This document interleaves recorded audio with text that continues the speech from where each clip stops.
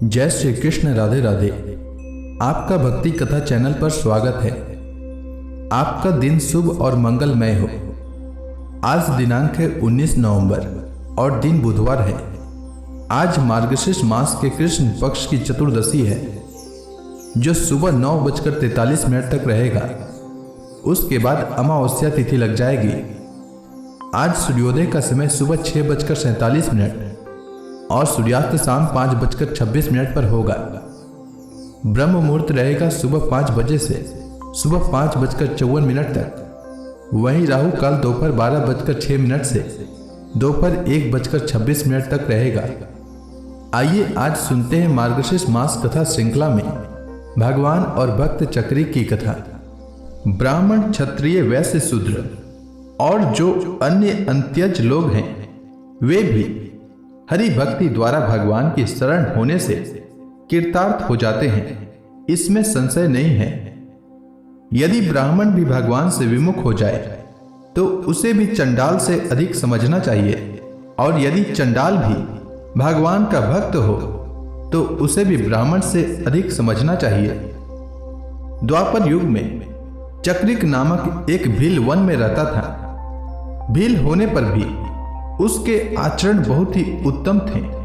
वह बड़ा मीठा बोलता था, क्रोध जीतने वाला था, अहिंसा परायण, दयालु, दंभहीन और माता पिता की सेवा करने वाला था। यद्यपि उसने कभी शास्त्रों का श्रवण नहीं किया था, तथापि उसके हृदय में भगवान की भक्ति का आविर्भाव हो गया था। सदा हरि, केशव, वासुदेव और जनार्दन आदि नामों का स्मरण किया करता था। वन में एक भगवान हरि की मूर्ति थी। वह भील वन में जब कोई सुंदर फल देखता तो पहले उसे मुंह में लेकर चखता। फल मीठा न होता तो उसे स्वयं खा लेता, और यदि बहुत मधुर और स्वादिष्ट होता तो उसे मुंह से निकालकर भक्ति पूर्वक भगवान के अर्पण करता। वह प्रतिदिन इस तरह पहले चख कर स्वादिष्ट फल का भगवान के श्रद्धा से भोग लगाया करता। उसको यह पता नहीं था कि जूठा फल भगवान के भोग नहीं लगाना चाहिए। अपनी जाति के संस्कार के अनुसार ही वह सरलता से ऐसा आचरण किया करता। एक दिन वन में घूमते हुए भील कुमार चक्रिक ने एक पियाल वृक्ष के एक पका हुआ फल देखा। उसने फल तोड़कर स्वाद जानने के लिए उसको जीभ पर रखा। फल बहुत ही स्वादिष्ट था, परंतु जीभ पर रखते ही वह गले में उतर गया। चक्रिक को बड़ा विषाद हुआ। भगवान के भोग लगाने लायक अत्यंत स्वादिष्ट फल खाने का वह अपना अधिकार नहीं समझता था। सबसे अच्छी चीज ही भगवान को अर्पण करनी चाहिए। उसकी सरल बुद्धि में यही सत्य समाया हुआ था। उसने दाहिने हाथ से अपना गला दबा लिया कि जिससे फल पेट में न चला जाए। वह चिंता करने लगा कि अहो, आज मैं भगवान को मीठा फल न खिला सका। मेरे समान पापी और कौन होगा। मुख में अंगुली डालकर उसने वमन किया, तब भी गले में अटका हुआ फल नहीं निकला। चक्रिक श्रीहरि का एकांत सरल भक्त था। उसने भगवान की मूर्ति के समीप आकर कुल्हाड़ी से अपना गला एक तरफ से काटकर फल निकाला और भगवान के अर्पण किया। गले से खून बह रहा था। पीड़ा के मारे व्याकुल हो चक्रिक बेहोश होकर गिर पड़ा। कृपा में भगवान उस सरल हृदय शुद्धांत करण प्रेमी भक्त की महती भक्ति देखकर प्रसन्न हो गए और चतुर्भुज रूप से साक्षात प्रकट होकर कहने लगे, इस चक्रिक के समान मेरा भक्त कोई नहीं, क्योंकि इसने अपना कंठ काट कर मुझे फल प्रदान किया है। मेरे पास ऐसी क्या वस्तु है जिसे देकर मैं इससे उऋण हो सकूं। यह भील पुत्र तो धन्य है। मैं ब्रह्म तत्व, शिव तत्व या विष्णु तत्व देकर भी इससे उऋण नहीं हो सकता। इतना कहकर भगवान ने उसके मस्तक पर हाथ रखा। कोमल कर कमल का स्पर्श होते ही उसकी सारी व्यथा दूर हो गई और वह उसी क्षण उठ बैठा। भगवान उसे उठाकर अपने पीतांबर से, जैसे पिता अपने प्यारे पुत्र के अंग की धूल झाड़ता है, उसके अंग की धूल झाड़ रहे थे। चक्रिक ने भगवान को साक्षात अपने सन्मुख देखकर हर्ष से गदगद कंठ हो मधुर वाक्यों से उनकी स्तुति की। वह कहने लगा, हे गोविंद, हे केशव, हे हरि, हे जगदीश, हे विष्णु। यद्यपि मैं आपकी प्रार्थना करने योग्य वचन नहीं जानता, तथापि मेरी रसना आपकी स्तुति करना चाहती है। हे स्वामी, कृपा कर मेरे इस महान दोष का नाश कीजिए। हे चराचरपति, हे चक्रधारी, जिस पूजा से प्रसन्न होकर आपने मुझ पर कृपा की है, आपकी उस पूजा को छोड़कर संसार में जो लोग दूसरे की पूजा करते हैं वे महामूर्ख हैं। भगवान उसकी स्तुति से बड़े संतुष्ट हुए और उसे वर मांगने को कहा। सरल भक्त चक्रिक ने बोला, हे परब्रह्म, हे परम धाम, हे कृपा में परमात्मन, जब मैंने आपका साक्षात दर्शन प्राप्त कर लिया तो मुझे और वर की क्या आवश्यकता है। परंतु हे लक्ष्मी नारायण, आप वर देना ही चाहते हैं तो कृपा कर यही वर दीजिए कि मेरा चित्त आप में ही अचल रूप से लगा रहे। भक्तों को इस वर के सिवा और कौन सा वर चाहिए। भगवान परम प्रसन्न हो अपनी चारों विशाल भुजाओं से चक्रिक का आलिंगन करके भक्ति का वर दे वहां से अंतर्धान हो गए। तदंतर चक्रिक द्वारका चला गया और वहां भगवत कृपा से ज्ञान लाभ कर अंत में देव दुर्लभ मोक्ष पद को प्राप्त हो गया। जो कोई भी भगवान की सरल शुद्ध भक्ति करता है वही उन्हें पाता है। जो मनुष्य दृढ़ भक्ति के द्वारा इंद्रादि देव पूजित वासुदेव भगवान के चरण कमल युगल की पूजा करता है वही मुक्ति प्राप्त कर सकता है। तो प्रेम से बोलिए भगवान विष्णु की जय, उनके प्यारे भक्त की जय। अब आइए सुनते हैं भागवत पुराण का आज का अध्याय। शांताकारं भुजंग सैनम पद्मनाभम सुरेशम विश्वाधारम गगन सदृशम मेघवर्णम शुभांगम लक्ष्मीकांतम कमल नयनम योगी भी ध्यान गम्यम वंदे विष्णु भवभयहरम सर्वलोकैकनाथम। ओम नमो भगवते वासुदेवाय।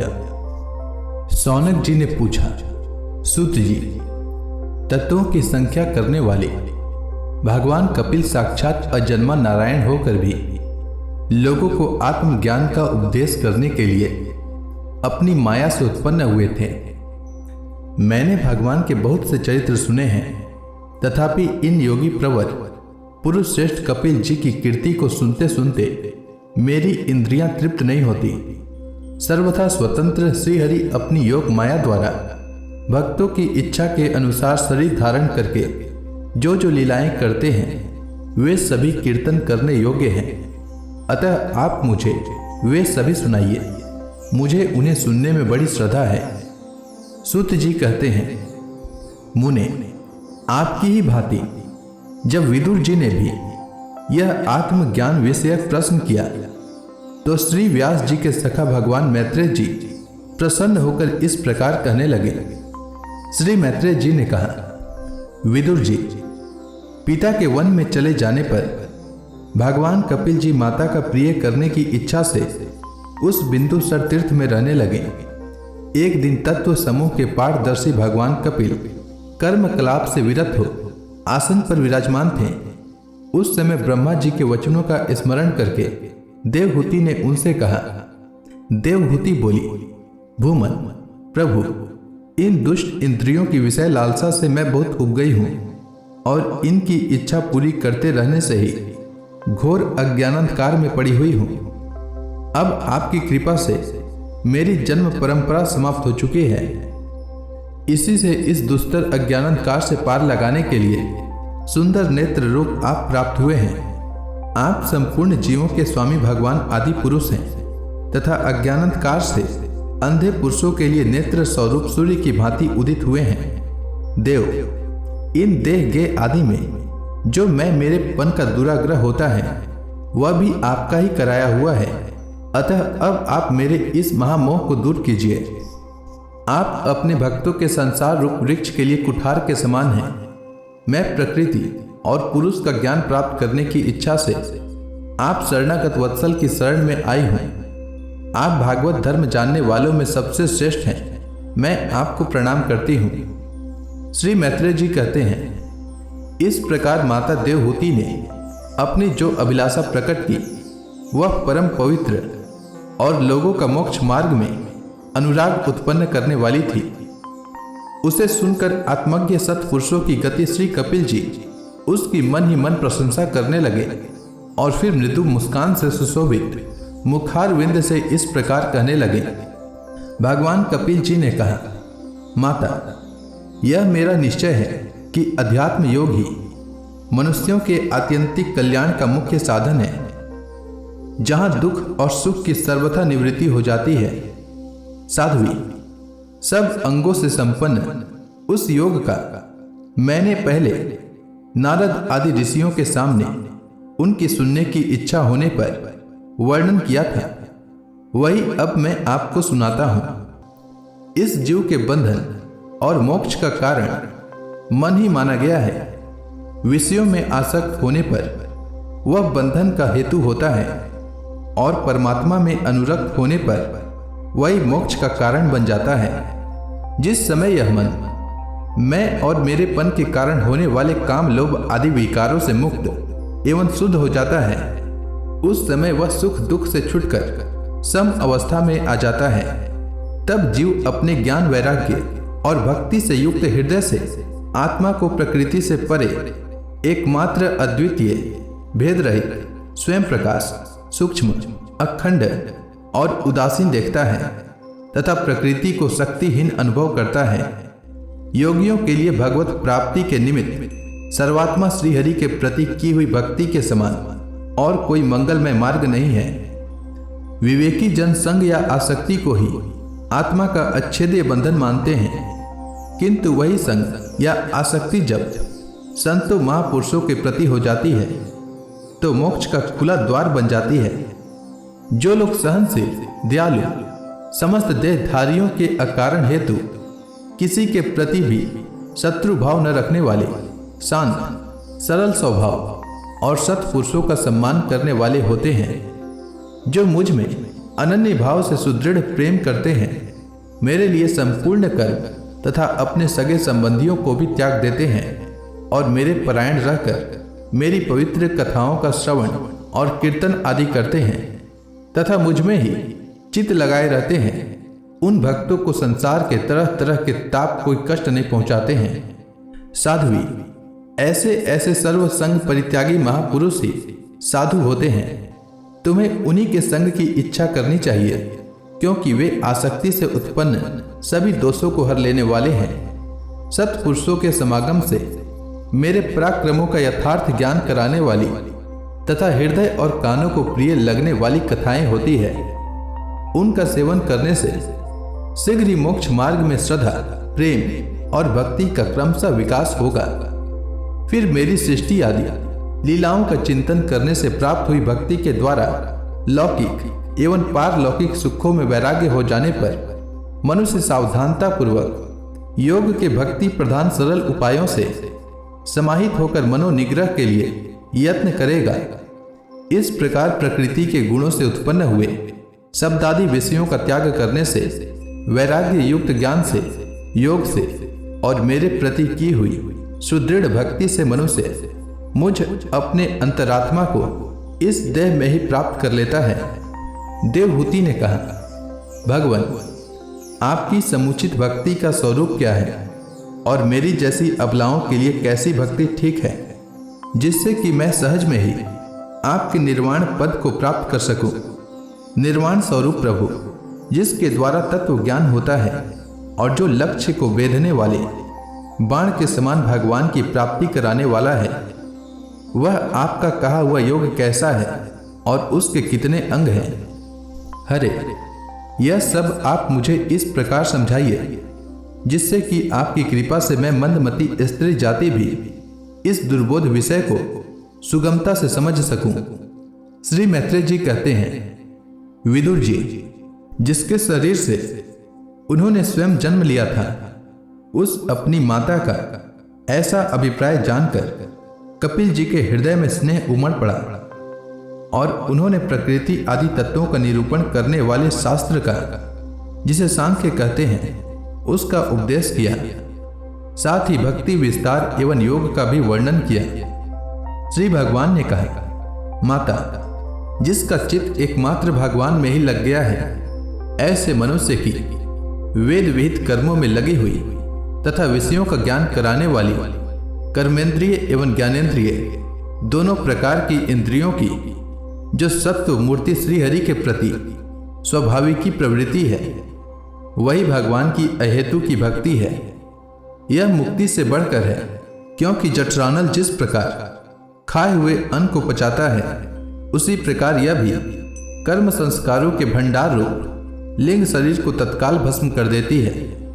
मेरी चरण सेवा में प्रीति रखने वाले और मेरी प्रसन्नता के लिए समस्त कार्य करने वाले कितने ही बड़भागी भक्त जो एक दूसरे से मिलकर प्रेम पूर्वक मेरे ही पराक्रमों की चर्चा किया करते हैं, मेरे साथ एक ही भाव की भी इच्छा नहीं करते। माता, वे साधु जन अरुण नयन एवं मनोहर मुखार विंद से युक्त मेरे परम सुंदर और वरदायक दिव्य रूपों की झांकी करते हैं और उनके साथ सप्रेम संभाषण भी करते हैं, जिसके लिए बड़े बड़े तपस्वी भी ललायित रहते हैं। दर्शनीय अंग प्रत्यंग, उदार हास विलास, मनोहर चितवन और सुमधुर वाणी से युक्त मेरे उन रूपों की माधुरी में उनका मन और इंद्रियां फंस जाती है।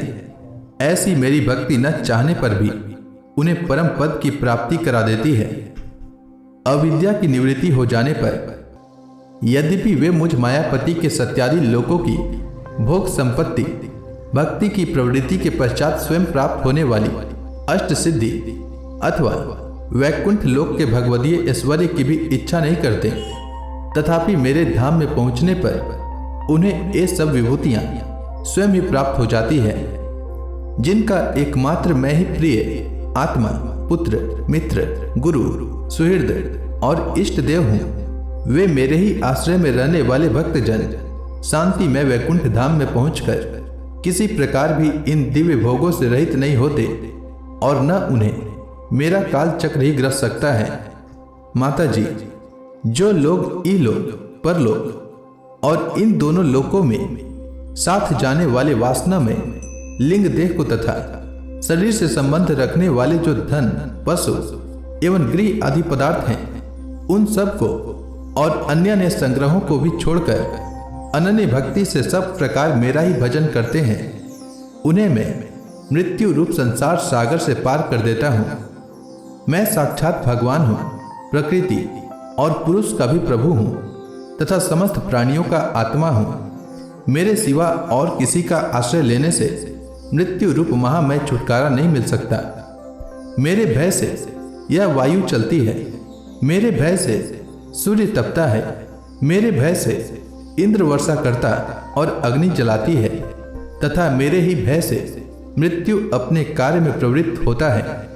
योगी जन ज्ञान वैराग्य युक्त भक्ति योग के द्वारा शांति प्राप्त करने के लिए मेरे निर्भय चरण कमलों का आश्रय लेते हैं। संसार में मनुष्यों के लिए सबसे बड़ी कल्याण प्राप्ति यही है कि उसका चित्त तीव्र भक्ति योग के द्वारा मुझ में लगकर स्थिर हो जाए। तो इसी के साथ भागवत पुराण का आज का यह अध्याय समाप्त होता है। तो प्रेम से बोलिए भगवान विष्णु की जय, माता लक्ष्मी की जय, समस्त देवी देवताओं की जय। अब इसके आगे की भागवत पुराण की कथा मैं कल के मार्गशीर्ष मास कथा में लेकर आऊंगा। तब तक के लिए भगवान श्री हरि का नाम जपते रहें।